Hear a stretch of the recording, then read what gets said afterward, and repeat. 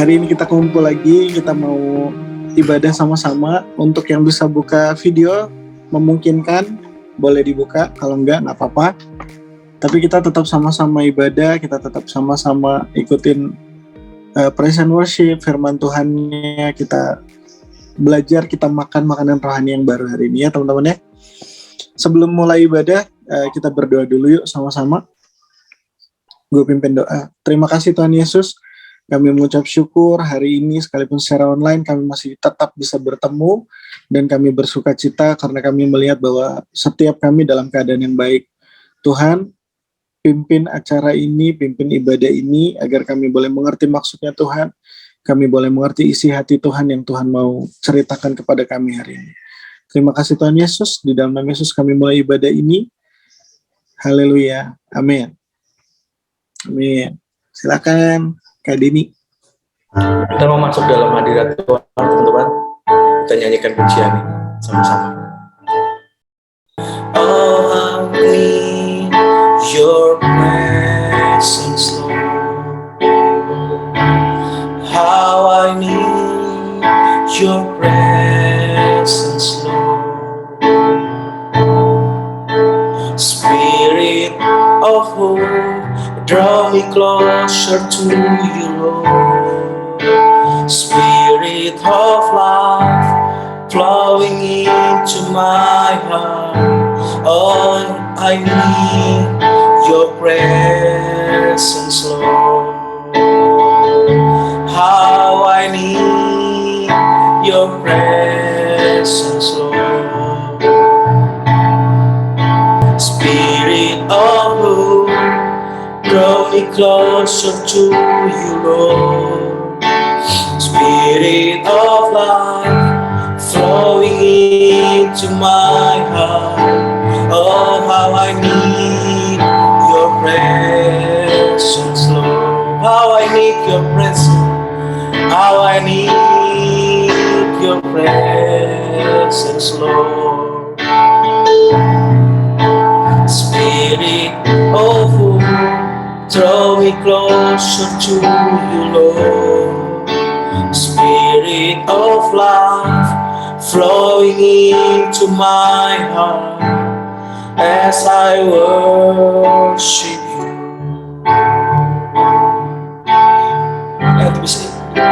Let this be a cry for my heart, pouring out a sacrifice of praise. Let this be a worship from my heart. In my surrender, oh, let this be a sweet song to you. Let this be a word that I can keep. Let this be a worship from my heart. For you, my King. How I need your presence. How I need your presence, Lord. How I need your presence, Lord. Spirit of hope, drawing closer to you, Lord. Spirit of life, flowing into my heart.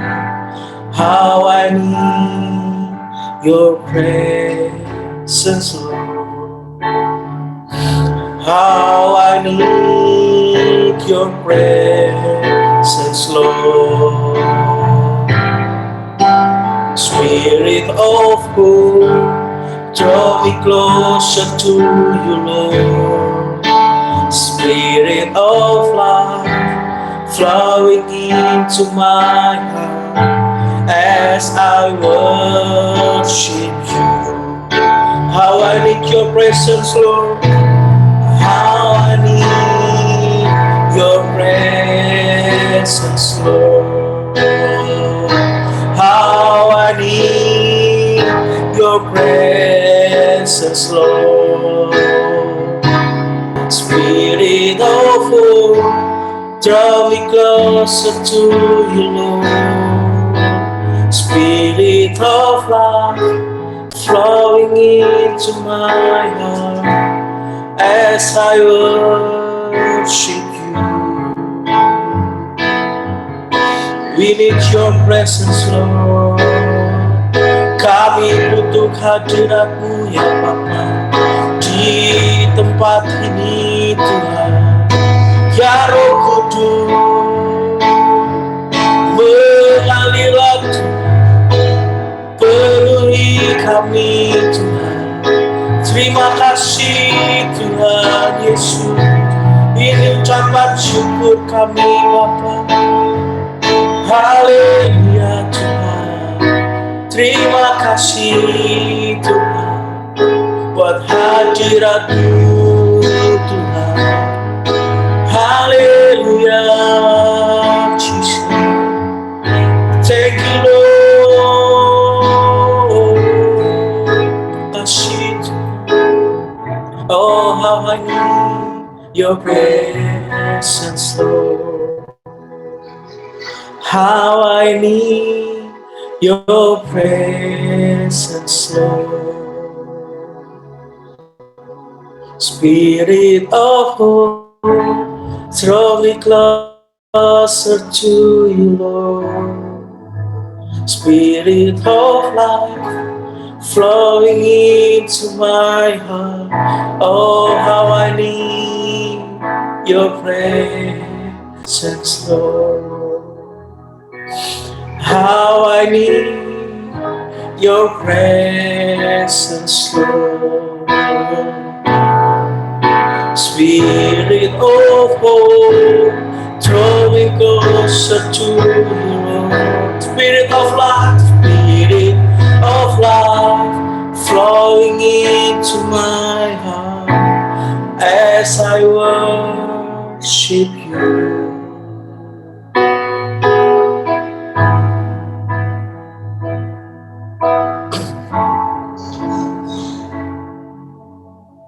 Thank you Jesus for beautiful morning Tuhan. Saatnya kami untuk dengar firman-Mu Tuhan. Kami buka telinga kami, buka hati selebar-lebarnya untuk kebenaran firman Tuhan. Berarti Koniko akan menyampaikan firman-Mu Tuhan. Apa yang disampaikan Tuhan menjadi jawaban, menjadi kebutuhan bagi setiap jiwa kami Tuhan. Setiap makanan rohani kami Tuhan. Thank you Jesus, thank you Jesus. Berikan hati kami seorang murid, kami mendengar firman-Mu Tuhan. Kami sambut firman-Mu di dalam nama Tuhan Yesus. Kami sudah berdoa dan mengucap syukur. In the name of Jesus, we pray. Amen.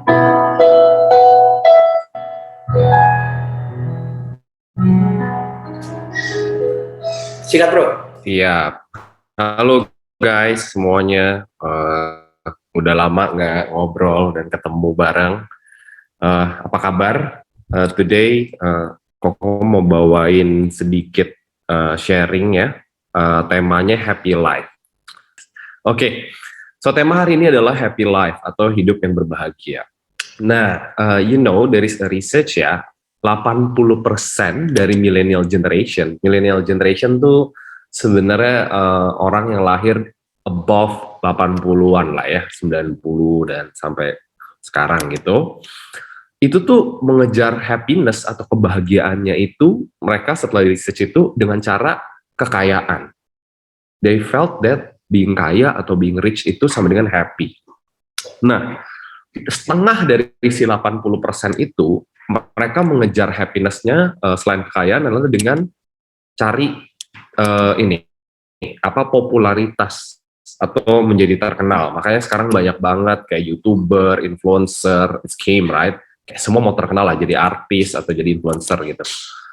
Followers ribuan, sampai ada yang bela-belain sampai beli-beli followers mungkin. Makanya kan kalau kita lihat sosial media, Instagram, TikTok, berbagai feature, tuh makin kasih feature, oh kita bisa lihat siapa aja yang lihat story kita, berapa orang yang like. Kalau ada orang yang mungkin tipenya kayak, aduh nggak percaya diri, like-nya gue hide deh biar gue nggak bisa lihat berapa yang like, nanti dikit malu gitu kan. Pokoknya it's very important nih untuk ternyata generasi milenial ke atas sekarang itu termasuk Gen Y and Z ya, which is kalian gitu, yang dimana pingin getting popular sama rich gitu, untuk menjadi satu patokan atau parameter sebagai itu adalah happy gitu. Nah, sebenarnya semua orang pasti mau bahagia lah, semua orang pasti mau happy, siapa sih yang nggak mau happy gitu kan.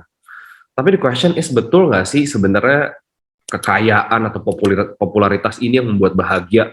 Makanya again kita juga lihat kan banyak nih di YouTube atau influencer yang kayaknya mamerin banget kan kekayaan mereka, mobil banget, murah banget, atau apa gitu, kayak jam tangan, atau pokoknya hidupnya hedon gitu lah. Kayak seakan that's the happy life gitu, yang dimana orang-orang kayaknya impikan gitu. But the question, is it true gitu? Apparently a lot of person gitu ya, hidupnya panjang, punya semua, tapi ternyata they felt lonely gitu, nggak happy. Dan how much sih is enough? Orang bilang kan, uang nggak bisa beli kebahagiaan. Tapi kalau misalnya kita ngomong gampangnya ya, atau ngomong bluntly, emang kalau misalnya miskin atau kekurangan bisa bahagia nggak? Bisa happy nggak? Gitu kan. Sometimes orang dunia kan ngomong gitu. Nah, sebenarnya ada 3 aspek apparently dalam hidup yang menjadi key ya untuk happiness atau kebahagiaan. Yang pertama itu adalah memenuhi kebutuhan. Nah, I have the data here, tapi I'm not gonna read sampai detail ya, karena kan mungkin sebagian dari sini masih sekolah, sebagian memang ya udah kerja gitu ya. Jadi about the data, kayak berapa sih orang rata-rata segala macam pendapatan di Indonesia gitu. Apparently I have the data nih. Ya mungkin kalau yang belum sekolah atau yang belum kerja masih sekolah, this is FYI aja gitu ya.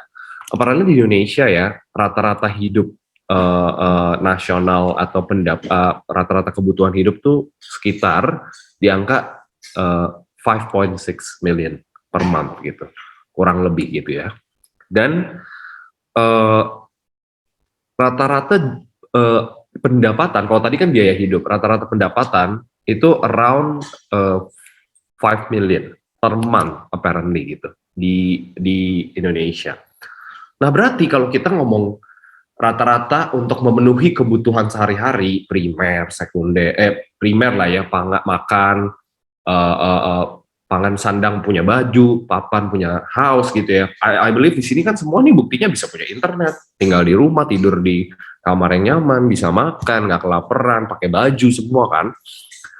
Itu harusnya udah cukup tuh untuk menjadi memenuhi aspek nomor 1, which is memenuhi kebutuhan gitu ya.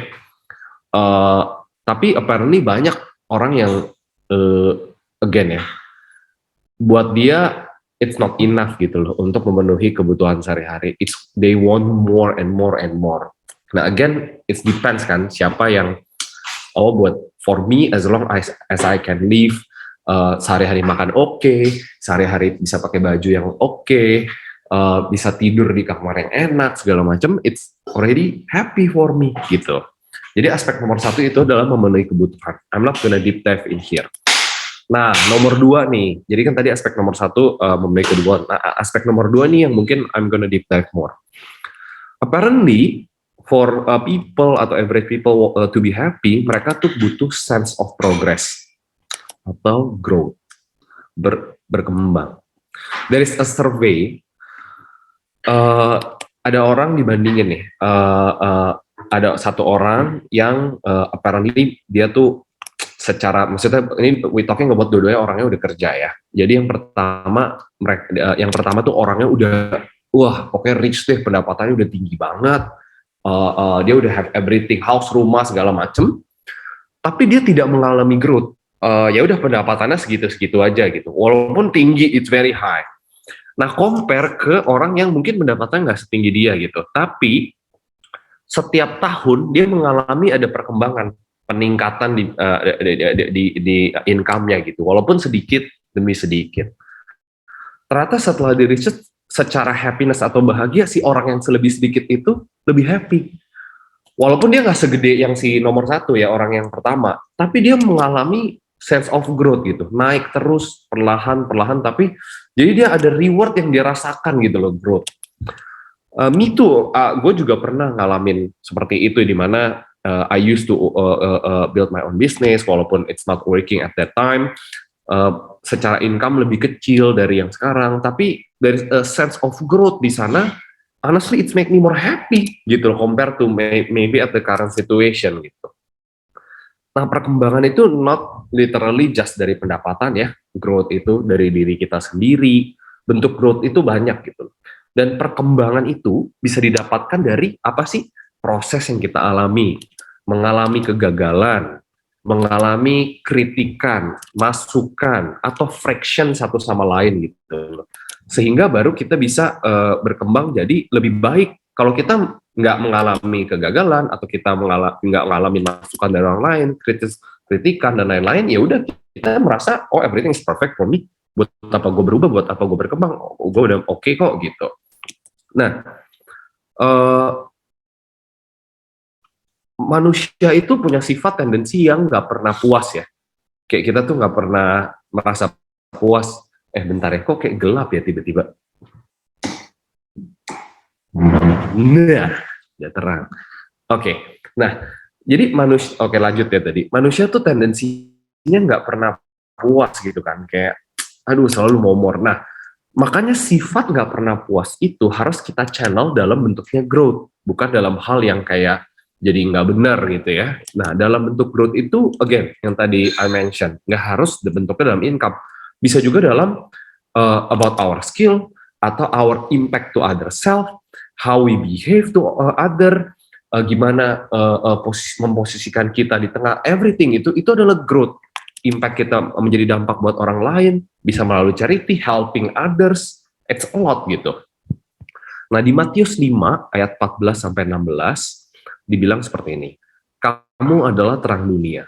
Kota yang terletak di atas gunung tidak mungkin tersembunyi. Lagi pula orang tidak menyalakan pelita lalu meletakkannya di bawah gantang, melainkan di atas kaki dan sehingga menerangi semua orang di dalam rumah itu.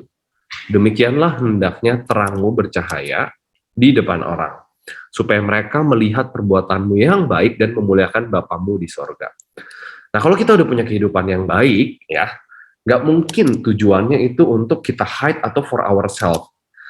Sooner or later, Tuhan tuh mau untuk kita menunjukkan sebagai terang dunia.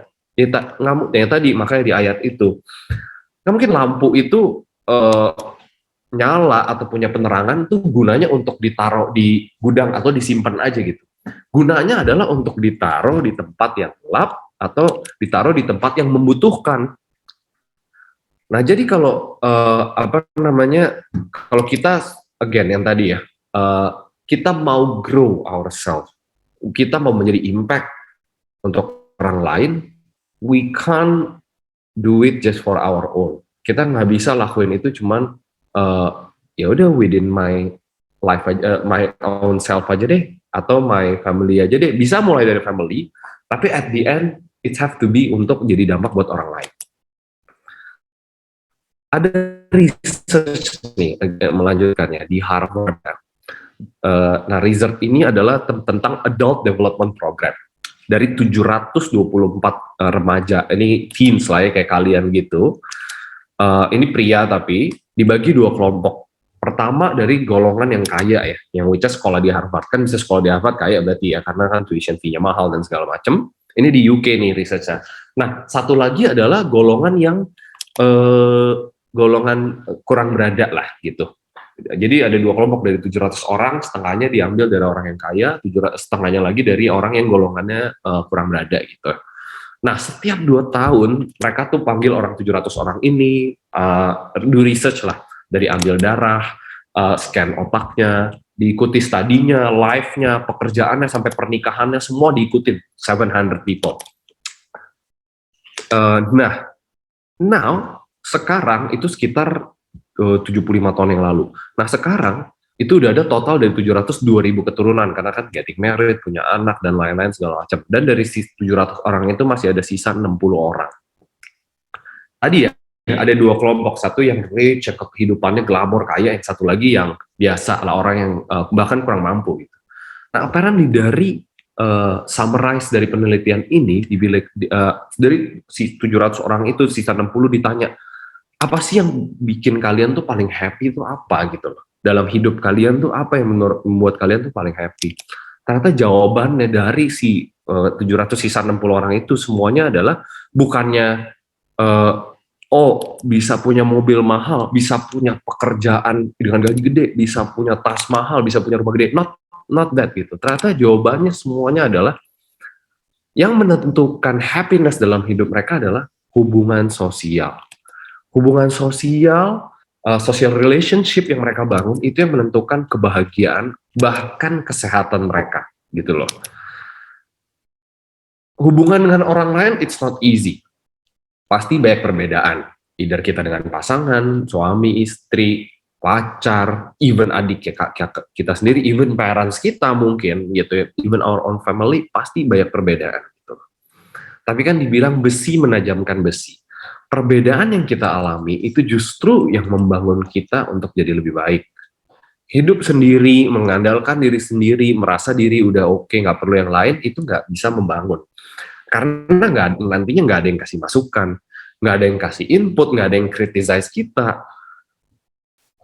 Sometimes kita merasakan kayak, lu nggak tahu apa yang gue alami lah, lu mendingan diem aja gitu, lu tahu gitu apa yang gue alamin, hidup lu mungkin enak, lu nggak tahu apa yang gue gone through gitu so far. Atau sometimes kita ngerasa, udahlah gue males, nanti kalau gue terlalu banyak mungkin keluar hubungan sama orang, kayak nyakitin orang, kayak I don't want the drama lah, udahlah just gini-gini aja hidupnya, I don't need that gitu. Tapi karena nanti kalau ketemu orang tuh nanti disakitin lagi, nanti sakit hati lagi, nanti ditipu lagi, kayak aduh banyak nih segala macam, udahlah I just stay within my circle. Nah apparently kebahagiaan itu ada kalau kita pernah mengenal dulu namanya kesedihan. Kalau you always felt happy, maksudnya selama hidup kamu begitu-gitu aja, ya you not gonna feel happy gitu. You have to know what is sadness is, baru you know what is happiness is. Relationship with pasangan, family, teman, saling membangun, itulah yang memberikan kita kebahagiaan satu sama lain. Menjadi impact satu sama lain, build social relationship with others, sehingga kita menjadi terang, dipakai sama Tuhan melalui apapun cara yang Dia taruh dalam hidup kita untuk menjadi pengaruh positif atmosfer untuk orang lain gitu loh. Sehingga baru hidup kita bisa grow, ada sense of grow, perkembangan. Di Filipi 2 ayat 14 sampai 16 mau bacain. Lakukanlah segala sesuatu dengan tidak bersungut-sungut dan berbantah-bantahan, supaya kamu tiada beraib dan tiada bernoda. Sebagai anak-anak Allah yang tidak bercela di tengah-tengah angkatan yang bengkok hatinya dan yang sesat ini, sehingga kamu bercahaya di antara mereka seperti bintang-bintang di dunia, sambil berpegang pada firman kehidupan, agar aku dapat bermegah pada hari Kristus, bahwa aku tidak percuma berlomba dan tidak percuma bersusah-susah.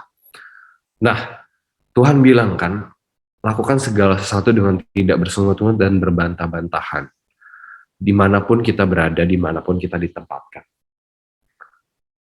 Hubungan dengan siapapun, dimanapun kita ditaruh, di lingkungan keluarga apapun, di lingkungan tempat kerja apapun, di lingkungan teman-teman seperti apapun, kita harus tidak boleh melakukannya dengan bersungut-sungut atau berbantah-bantahan. Itu God's message gitu ya. Ini contoh banget kayak gua itu dulu ketika before I goes to this work, the job that I get now, I really wanted kayak I saw the company name, wah big nih, kayak aduh kayaknya bagus kalau gue bisa di sini. Tuhan kasih akhirnya ya untuk gue cobain. Ternyata after I tried, this is like pekerjaan yang paling I hate the most all over my life. Dari pertama kali lulus sampai kerja sampai sekarang kok kerja, this is the boss is nenek lampir, kayak tiap hari tuh kayak aduh kayak ngobrol sama, it's a woman 50 years old, galak minta ampun, udah kayak tiap hari, kayak tiap pagi tuh kok udah kayak siap-siap nih kayak siap-siap udah mau ribut aja gitu, rasanya kayak udah kesel banget deh rasanya every day. Bayangin kayak awal kesel sampai tiap pagi kayak Tuhan tadinya doanya Tuhan tolong dong jangan galak sampai Tuhan tolong dong berikan gue kesabaran untuk bisa melewati hari ini aja, hari ini deh, sampai seterusnya gitu ya. Nah apparently dulu mungkin Tuhan ngomong dulu katanya pengen, sekarang udah dapet kok begini gitu ya, bersungut-sungut. Jadi tanpa sadar tiap hari bersungut-sungut nih, kayak padahal Tuhan udah cukupkan, Tuhan kasih yang kita mau segala macam. Sometimes kita nggak sadar ketika kita udah dikasih dan ternyata yang kita alami tidak sesuai expectation kita, itu akhirnya malah kita lupa gitu akan berkat yang Tuhan kasih selama ini. Gitu. Padahal we don't know Tuhan mau tempatkan ini untuk stretch me supaya gue bisa grow outside of my comfort zone, punya ilmu yang lebih baik, ditaruh di lingkungan yang mungkin I hate it so much, tapi kayak Tuhan bilangnya nggak boleh bersungut-sungut dan berbantah-bantah dimanapun kalian berada gitu. Karena memang ditaruhnya kan tadi di angkatan yang mungkin supaya kamu yang tiada beraib dan tiada bernoda sebagai anak-anak Allah yang tidak bercelah di tengah angkatan yang bengkok hatinya. Dan memang kita tuh kalau udah dipersiapkan Tuhan, di prepare, yang tadi lampu ditaruh di tempat yang gelap. Nah kita juga dimanapun position yang kita berada ditaruh, nah apparently Tuhan taruh supaya there is a sense of growth, untuk ada perkembangan untuk kita sendiri juga, supaya either kita menjadi dampak untuk mereka, either Tuhan siapkan untuk menjadi fresh air untuk mereka melalui tindakan kita sebagai anak Tuhan. Berkali-kali ya, me with my boss mungkin ketika dia marah, ngoceh, udah mau bilang, itu semua apa ya? Mau apa lu? Lu mau apa? Ayo, ya udah, ayo tunjuk-tunjukkan aja lah. Kayak, wah udah kayak gitu. Tapi is that what yang Tuhan pingin gitu ya? Dimana ketika kita ditempatkan, apapun keadaannya, kita harus hidup mencerminkan sebagai apa yang Tuhan taruh dalam hidup kita. Gitu. Perkataan yang benar, hidup yang bersih, tindakan kita sebagai anak Tuhan gitu. Baru dia bisa melihat, oh anak Tuhan gini ya, beda nih ya. Yang lain gua bentak-bentak, responnya seperti ini. Ternyata ini responsnya berbeda loh gitu. Baru itu loh, ada impact yang kita lakukan dan bersamaan there is a growth happen inside us. Jadi Tuhan tuh luar biasa cara kerjanya. Kita dibikin berkembang, tapi satu sisi kita juga menjadi impact untuk orang lain di sekitar kita. Nah itu yang nomor 2 tuh, sense of aspek untuk yang berbahagia adalah growth, sense of growth. Nah yang nomor 3 nih atau yang terakhir itu adalah life control. Life control itu apa sih? Life control basically parameter yang kita set untuk diri kita sendiri untuk reach that happiness, that point of happiness. Nah, apalagi life control tiap orang kan beda-beda ya. Ada yang, gue mau punya 100 Ferrari baru gue happy. Ada yang gue mau punya 100 kapal baru gue happy. Ada yang gue mau punya 100 rumah, gue mau punya hotel baru gue happy. Gue mau punya ini itu baru gue happy. Tapi ada juga yang gue maunya gue bisa jadi impact buat orang lain baru gue happy. Gue mau apa yang gue kerjakan atau apa yang gue buat itu menjadi influence buat orang lain dan bisa dipakai untuk membantu mereka dalam kehidupan mereka, dalam keseharian mereka. That's the sense of happiness. Nah, tiap orang berbeda-beda gitu kan. Life control artinya kita yang nentuin seberapa sih kita merasa cukup, bisa mengucap syukur untuk apa yang kita miliki, bukan dari kita bandingin terus sama orang lain.